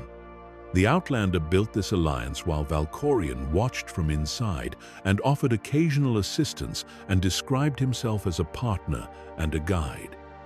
He was not lying about wanting Arkan removed. Arkan was a complication, an undisciplined ruler who was spending resources and burning relationships in ways that served no one's long-term interests. But his helpfulness was not altruism. It was cultivation. He was growing the Outlander the way he had grown instruments before, presenting challenges, watching how they were met, testing the vessel before he committed to it fully. When Arkan launched his final assault on Odessan, the climactic battle that was supposed to crush the Alliance before it became undefeatable, Valkorion did something unexpected. He withdrew. During the Outlander's duel with Arkan, the internal voice went silent. The power that had sometimes been offered was not offered. The Outlander fought alone and won, Valkorion announced afterward, with the particular tone of someone who has been conducting an examination, that the test had been passed. He did not explain what would come next. What came next was Vaylin.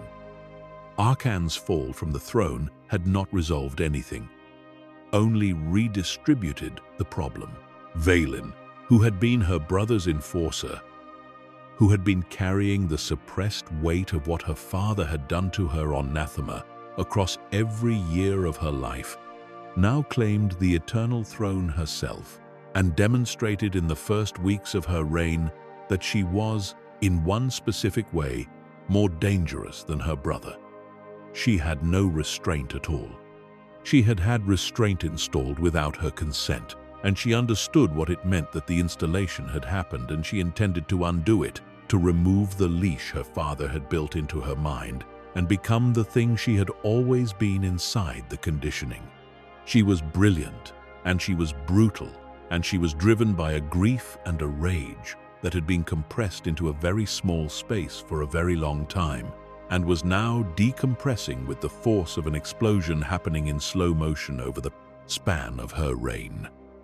Valkorion pressed the Outlander to deal with her.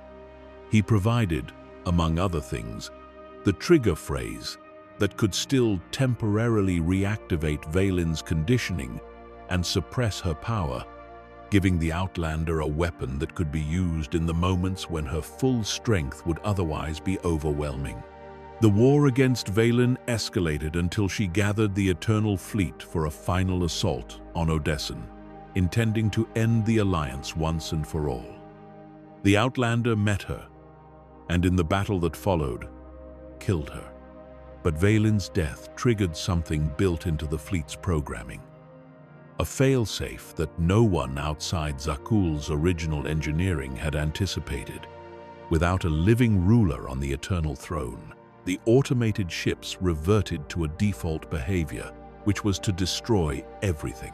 They began bombarding Zakuul. They began bombarding anything in range. The only way to stop them was to take the throne. The Outlander traveled to Zakuul and sat on the Eternal Throne and accepted, in the most literal possible sense, the mantle of Emperor. The moment the Outlander's hands touched the controls and the fleet responded to the command, Valkorion moved. He had been patient for 15 centuries. He had waited on Nathema after the ritual. He had waited in hyperspace for 20 years while his people broke around him. He had waited in Revan's mind for the conspiracy to develop. He had waited in the Outlander's mind for 5 years of carbonite and years more of war and maneuvering. He had used every one of those periods of waiting to prepare the next move. And now he reached into the Outlander's consciousness with the full force of everything he was and everything he had ever absorbed, and attempted to do the thing he had been building toward since the moment the Outlander's mind became available to him. He attempted to hollow it out and move in, to replace the consciousness that was there with his own, to take the body the way he had taken so many bodies before, but permanently this time, in a vessel that had just placed its hands on the Eternal Throne, that had just become the Emperor of the Eternal Fleet, that was sitting in exactly the position of power he had always intended to occupy. The body had been prepared. The vessel had been tested. The Outlander had been used. Across years of struggle and war and survival, as a tool for removing the obstacles that would have made this moment impossible. Now the tool was done being used and could be discarded, its consciousness erased, its body inherited, its hard-won authority transferred to the being who had been orchestrating everything from the beginning. The battle that followed did not take place in any physical location that could be identified on a map. It happened in the landscape of a mind, in that interior space where consciousness maintains itself and identity is either defended or lost. Valkorion appeared there in his full power, not constrained by the careful performance of Valkorion's warmth or Vitiate's cold distance, but as himself, or what he had made of himself across 15 centuries of consumption and transformation. He was enormous in that space. He drew up memories from the Outlander's past, wielding them like weapons, pressing on the places where a self is fragile and using that fragility to open gaps in the defenses. He was very good at this. He had been dismantling people's sense of themselves since he was 6 years old. But the Outlander was not alone. That was the thing he had not adequately accounted for. The people he had used and broken and discarded and manipulated were not entirely gone. They had been filed away in holocrons and in the Force's own memory, and in the gathered awareness of the Outlander's allies, and now they returned. Lord Dramath was first. His father, the Sith Lord he had broken and destroyed on Medrias before he had even reached adolescence. Dramath had been preserved in a holocron that the Outlander had found during the long campaign against the Eternal Empire. And that holocron was here now, and the man inside it still carried the knowledge of what his son had done to him, and still had, apparently, enough of himself remaining to act on it. The holocron was used to weaken Valkorion's hold, to disrupt the specific architecture of the possession he was attempting, to find the frequencies where his control was imperfect and apply pressure there. Then Arkan arrived, not a memory.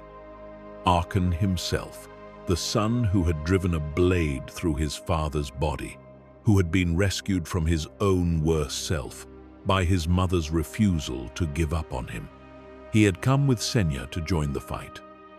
The Outlander spoke the trigger phrase, the phrase that Valkorion had embedded in Valen's mind to control her, that he had used as a weapon against her throughout the entire war. It worked on him. He had built it, had created the technique, and deployed it against his own daughter. And somewhere in the process of constructing the mechanism, he had made himself vulnerable to it in ways he had not understood and had not accounted for. The leash he had built for Valen could reach him too. He reeled. Senya materialized in the interior landscape with a lightsaber and drove it into him, declaring in a voice that carried 15 centuries of a specific kind of grief that he had betrayed his family one time too many. Arkan helped pin him. Valen's spirit, freed by death from the conditioning he had installed in her, added her strength to the combined pressure of everyone he had ever broken, gathering in this one interior space to end him. He screamed that he was a god, that they were nothing without him, that he had made everything and they owed him everything, and they were betraying the source of their own existence. The Outlander struck the killing blow. Force power applied at the precise point where Valkorion's consciousness was most exposed, most disrupted, most vulnerable. His essence erupted in dark energy that scattered across the mental landscape and dissipated. The hold broke. The children were freed. The god died, but not completely, not yet. The Emperor had always had contingencies. His original body, preserved on Nathema, in the place where the ritual had been performed, harbored a final splinter of his consciousness. It was not intentional in the way his other preparations had been intentional. It was more like the residue of a being who had been so thoroughly defined by his connection to that world, by what he had done there, and what it had made him, that some fragment of him remained embedded in it long after the main thread of his awareness had moved on. When the Outlander destroyed Valkorion, this last splinter activated. It needed new hosts. It found them among the Jedi who were nearby, including Satele Shan, and it drew them into a long coma while it used their bodies to try to reconstitute itself. Scourge and the Jedi Kira Carson, who had been hunting the Emperor's remains, destroyed the original body on Nathema. But the released spirit had already moved. The possessed Jedi were tracked to a drifting ship, a ghost vessel in deep space where 3 centuries of the Emperor's history were trying to reassemble themselves one final time. The heroes who had each faced some part of this story came together in a collective mindscape that the possessed Jedi had created around themselves. Mitra Surik, who had died in the throne room on Dromund Kaas. Revan, who had spent 300 years in a cell fighting in the only way still available to him. Satele Shan, the Outlander. Scourge, anchoring from outside. And the spirit of Tenebrae, the child from Medriaz, all his masks stripped away, all his personas dissolved. Just the original hunger and the original cold and the original conviction that he was above everything else that existed and could not be destroyed because he had made himself into something that should not be destroyable. He was wrong. They overpowered him together. The spirit shattered. It turned to dust. Darth Vitiate, Tenebrae, Valkorion, the Sith Emperor, the immortal Emperor, the being who had spent 15 centuries trying to become the only consciousness in existence, was erased from the galaxy in the same fundamental way he had erased the inhabitants of Nathema. Completely, without residue. What remained when he was gone was the silence he left behind. Not the silence of Nathema, which was the silence of a place from which all life had been removed. A different silence. The silence that settles after something enormous has ended, and the world has not yet begun to fill in the space it occupied. Nathema still exists. The dead world he made himself when he was a teenage Sith Lord who had spent a century learning the darkest knowledge the galaxy contained. It stands in the void of what it was. Grass never growing, animals never returning, the Force never flowing through its soil again. What was taken from it cannot be given back. The Force does not reconstitute itself in places where it has been entirely erased. The mechanism does not run in reverse. Ziost stands the same way. The world he used as a test centuries later, the cold, ancient capital of the original Sith Empire, that he chose for reasons that may have contained something as close to sentiment as he ever came. Both of these worlds are monuments to a specific truth about the Emperor, which is that everything he touched, he took. He never built anything without building it as fuel for something else. He never gave anything without planning to take it back with interest. The warmth of Valkorion was performance. The patience of Vitiate was calculation. The only consistent, genuine thing in 15 centuries of existence was the hunger that had been present from the first moment of his life and had never been satisfied, and had consumed an entire world and still wanted more, and had turned the whole of galactic history into a preparation for an act that would have ended all of it. He came closer than the galaxy ever knew. The people who stopped him at each stage understood only the peace they had been present for. Revan understood the Emperor's power, but never knew about Zakuul. The Outlander knew about Zakuul, but was not there for what Revan endured in the cell. No single person holds the complete account of how close it came. How many separate interventions, across how many centuries, were each individually necessary to produce the outcome where a boy from Medrias did not end everything. Darth Plagueis, the Sith Lord who spent his own life chasing immortality in a later era, studied the Emperor's methods with the scholarly fascination of someone reading about a problem that no one else had ever attempted at this scale. He marveled at the techniques. He noted the points where the plan had almost worked, and the points where it had failed and what the failures had in common. The Emperor had always been destroyed by the one thing he could not consume or control or convert into fuel. The people he had broken had remained people inside the breaking.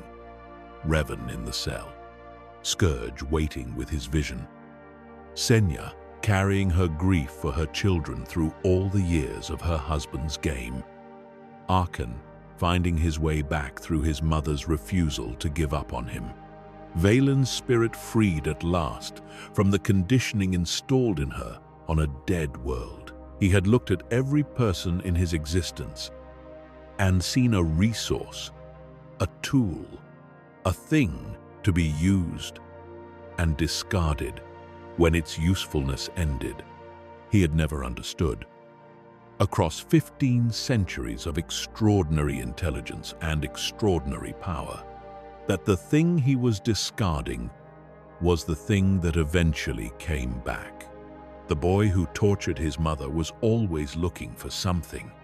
In the pain of others, in the power of the dark side, in the accumulated energy of 8,000 Sith Lords and a dead world, and a second empire built from warmth he did not feel. He was always looking, and he was never satisfied, and in the end, the search itself was his destruction, because a being who is always taking can never understand what it means to be held. And it was the people who held each other, the ones who refused to let go, even when he had done everything possible to make letting go the only rational option, who found the way through. Nathema is quiet. The grass will never grow there. The force will not return. The silence is permanent and total and honest in a way that the Emperor himself never was. It is the truest thing he left, the record of what he was, written in the absence of everything he consumed. In the end, the most powerful being who ever lived was erased from the galaxy the same way he had erased everyone else, completely. And the silence that followed was not grief. It was relief, the kind that only comes when something that should never have existed finally, irreversibly, stops. There is one more thing that needs to be said about him, about what it means that he existed at all, that the galaxy produced something like this from the ordinary materials of a difficult childhood and a world soaked in dark side energy, and a boy who was never given a reason to believe that other people were real in the same way he was. Real. The galaxy is very old, and it has seen many terrible things. Dark Lords who conquered civilizations, Sith emperors who built empires on suffering, individuals of immense power who used that power in ways that left permanent marks on the histories of the worlds they touched. Most of them wanted something recognizable, territory, dominance, the particular satisfaction of being at the top of whatever hierarchy they were competing within. Tenebrae wanted something that had no name in any language spoken in his era. He wanted to be the only thing that existed. Not to rule everything, not to dominate everything, to be the only remaining consciousness in a universe that had been emptied of every other perspective, every other point of view, every other being who might look at the world and see it differently than he did.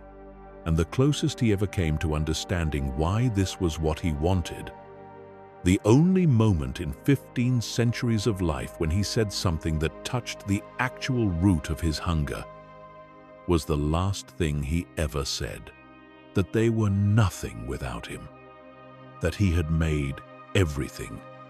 He believed it. The boy who had turned the pain of others into power from the age of 6 had never stopped believing on some fundamental level that the things around him existed as raw material for his own becoming. Other people were resources. Other minds were obstacles or instruments. Other lives were fuel. And so, the galaxy, full of all its people and its civilizations and its ordinary moments of love and grief and curiosity and patience, and the 1,000 unremarkable daily acts of beings who do not think of themselves as significant, was simply a very large supply of something he needed. He could not imagine it any other way. The tragedy of him, if the word applies at all to something that spent 15 centuries destroying everything it touched, is not that he was evil in some simple motivational sense. It is that the thing which would have made him capable of imagining another way, the experience of being held and recognized and valued as something other than a resource by another person, was taken from him before he had the capacity to understand what was missing. And then he spent 15 centuries making sure that everyone around him experienced exactly the same deprivation. That is his legacy. Not the dead worlds, not the wars he engineered, not the immortality he achieved and the destruction it wrought. His legacy is the shape of the hole he left in everything he touched, and the people who found each other across the edges of that hole and held on anyway.